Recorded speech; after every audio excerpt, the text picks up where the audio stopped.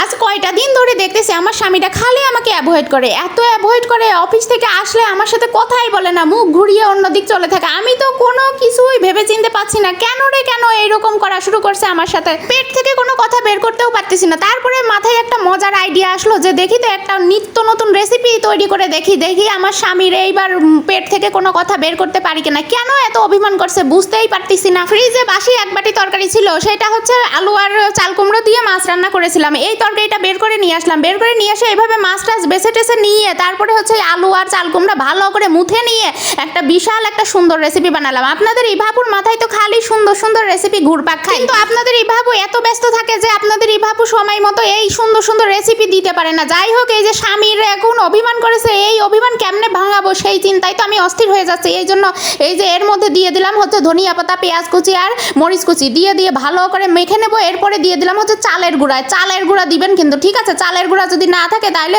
হচ্ছে আপনারা দিবেন হচ্ছে ময়দা, ময়দার সাথে হচ্ছে কর্নফ্লাওয়ার দেবেন। কিন্তু আমি কর্নফ্লাওয়ার দেবো না, ময়দাও দেবো না, যেহেতু চালের গুঁড়া ব্যবহার করছি। তারপরে দিয়ে দিলাম একটুখানি লবণ, যেহেতু তরকারিতে লবণ ছিল তাই কিন্তু বেশি দিই নাই, অল্প একটু লবণ দিয়েছি। তারপরে ভালো করে এরকম মাখাচাখা করে নিলাম। এইবার স্বামীর অভিমান না ভাঙে কই যাবে?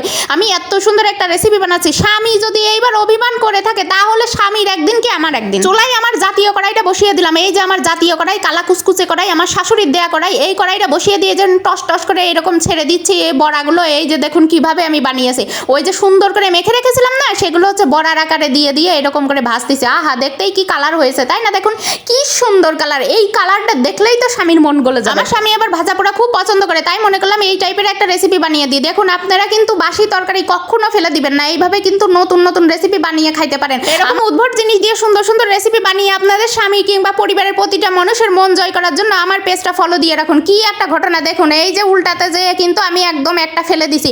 সাবধানে কিন্তু উল্টাতে হবে, সাবধানে না উল্টালে কিন্তু বড়াগুলো ভেঙে যেতে পারে। এই ঘরে যদি এরকম একটা বউ থাকে, স্বামীকে রাগ করে থাকতে পারে? কতক্ষণ রাগ করে থাকবে আমার উপর?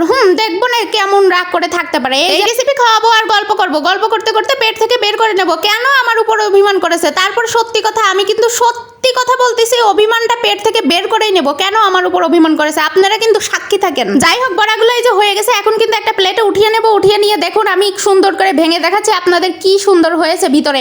আর এই যে কথা হচ্ছে কি, আমি এই যে বড়া খাওয়াতে দিয়ে বললাম না যে পেট থেকে কথা বের করে নেবো, কি বলতেছে জানেন? যে কেন অভিমান করেছে। ওরে আল্লাহ, দুঃখের কথা কার কাছে বলবো। সে গত শুক্রবারে আমাকে নিয়ে ঘুরতে যেতে চাইছিল, আমি তার সাথে ঘুরতে যেতে চাই নাই বলে সে আমার উপর বিশাল অভিমান করেছে, এত তেড়ামি করতেছে আমার সাথে। বলেন তো সবসময় কি ঘুরতে যাওয়া যায়? মন মেজাজ কি সবসময় ভালো থাকে? আর বৃষ্টি কাদার ভিতর কি সবসময় বাইরে যেতে ভালো লাগে? যাই হোক, অভিমানটা তাকে আমি ভেঙে ফেলেছি, সে সত্য কথাতে বলে দিয়েছে। এই দেখুন বড়াটা কি সুন্দর হয়েছে। আল্লাহ হাফেজ।